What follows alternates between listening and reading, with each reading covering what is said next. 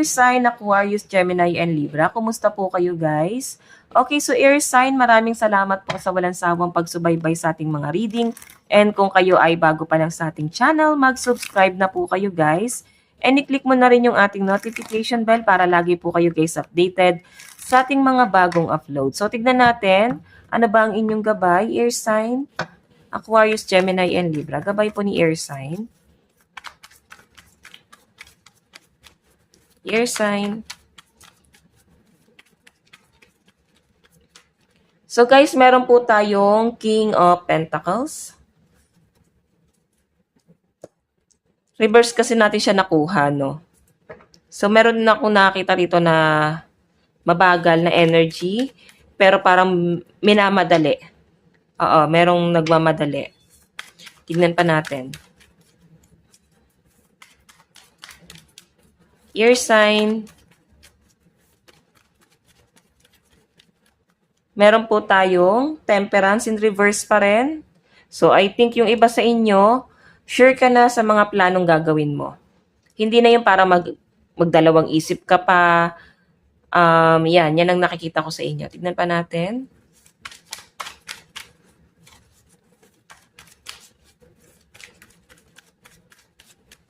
Meron po tayong, ba't parang puro reverse yung card nyo, guys? Meron tayong King of Wands. Okay.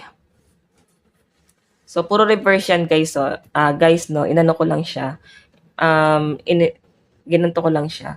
Pero yung bottom of the deck mo, the Lover. So, I think, pagdating sa love life mo to air sign, sa pinapakita sa akin, meron kang isang bagay na hindi mo ine-expect na, kumbaga, tinanggap mo na sa sarili mo na yun na yung sitwasyon mo.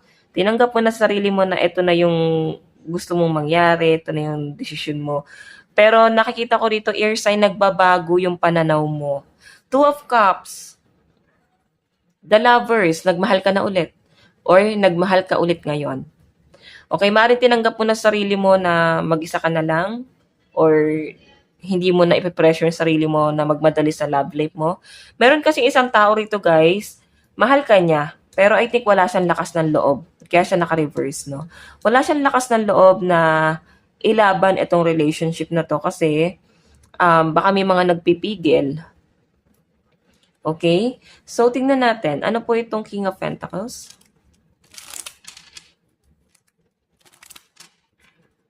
Ano po itong King of Pentacles?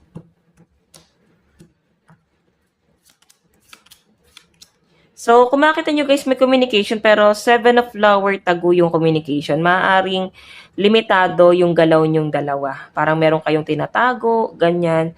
Or, parang limitado yung galaw nyo guys. Ganun yung pinapakita sa akin. I think hindi ka masyadong makagalaw kasi nandito yung family. Siguro family mo yung nagiging hadlang para ipagpatuloy mo tong love life mo na to sa person mo na to. Okay, may kontra. May kumokontra. Pero guys, nakikita ko na para bang gusto rin ng person na to na illegal sa inyo lahat eh. Okay? So, tignan natin ano naman tong Temperance. Okay.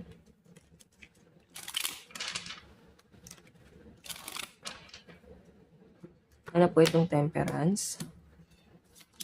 Meron tayong Jack, 5 of Spade, and 9 of Flower. So, pinapakita sa akin dito, guys, maaaring meron kang manliligaw, pero siguro mas bata sa inyo, or pwedeng kababata mo, or pwedeng kilala mo na siya dati, or kaibigan mo. Okay? Pero kung makikita nyo, guys, Queen of Flower, nakikitaan mo siya na may potential dito sa relationship na to, kaya parang gusto mo ring i-pursue. Okay?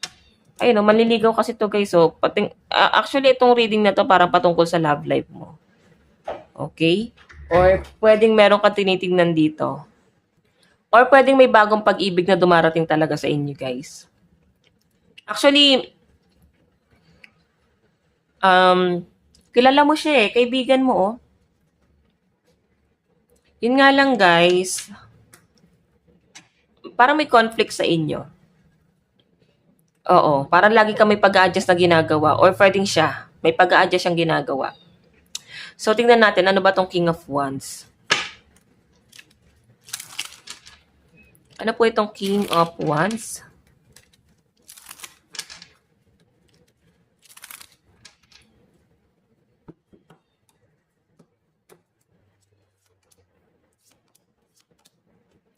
So guys, sa pinapakita sa akin dito, patungkol to sa family mo, maaaring meron silang dinedemand or meron silang gustong mangyari. Parang gusto nilang mag-isip ka, magplano ka, mag-decide, ganyan. Parang, hindi na, parang kinokontra nila yung love life mo. Parang hinahadlangan nila na hindi ka pa para dyan. 'Di ba? Sila yung nagde-decide kung sino yung para sa'yo. Hmm. Actually, seryoso tong taong to guys. Kasi Ace of Diamond is wedding ring. Kung sino man tong taong lumalapit sa'yo. Or lalapit sa'yo. New person kasi guys yung nakikita ko. Kaso may conflict, no? Tignan natin, dito nga sa love life mo. Kasi lumalabas na rito sa overall energy. Pagdating po sa love life ni air sign,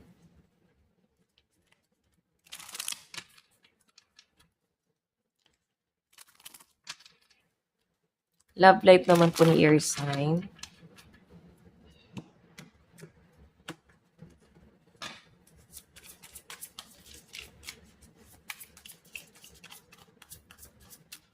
meron tayong the edit, seven of flutes.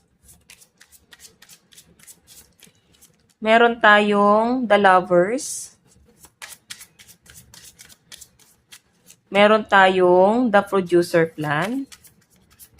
I think itong relationship nyo na to guys, pinag-iisipan, pinagpaplanuhan nyo na. Okay? Sorry, I'm the worst. Nakalagay pa oh. Ayoko nang basahin kasi baka ma-restrict tayo kay YouTube, no?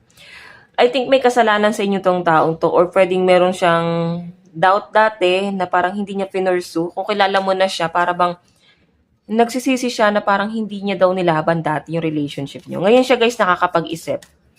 The lovers gusto niya guys patunayan yung sarili niya sa inyo ngayon. Oo, sa pinapakita sa akin. Mahal ka talaga ng taong to guys kasi lahat ibibigay niya sa inyo sa pinapakita ng card. Actually, merong isang tao dito na pinuputol mo na sa buhay mo. Hindi mo na siya gustong tignan and new person yung nakikita ko rito. Or pwedeng matagal mo nang kilala to. Kasi parang sinasabi sa akin, kilala mo na from the past. Okay? And kung sino man to tinitignan mo, parang feeling mo, wala ka namang mapapala dito. Kinakat mo na siya. Okay? So, tignan naman natin, guys. Love advice. Meron tayong passion, di ba? Ayun, passionate po kayo sa isa't isa, guys. Nagkakaintindihan talaga kayo. Meron tayong free yourself. So, meron kang kailangang gawin para palayain mo na yung sarili mo sa sakit na naramdaman mo from the past or sa isang tao na pinuputol mo na sa buhay mo. Kasi meron ka ng ibang tinitignan dito. Okay, tignan natin. Ano ba mensahe sa'yo na itong person na to, air sign?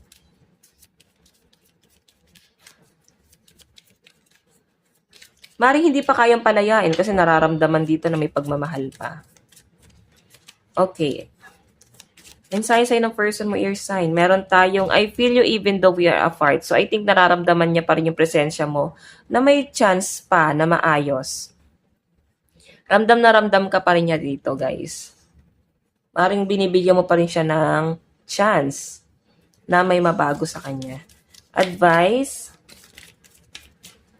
Okay, meron tayong duality. Duality, self-awareness, observe, and release. So, I think pinapatatag ka lalo, no? Itong relationship na to, guys, sinusubok to talaga. Or pwedeng ikaw, mas gusto mo na lang maging independent, mag-isa, mas tingin mo, mas payapa ka pa, and tahimik yung buhay mo.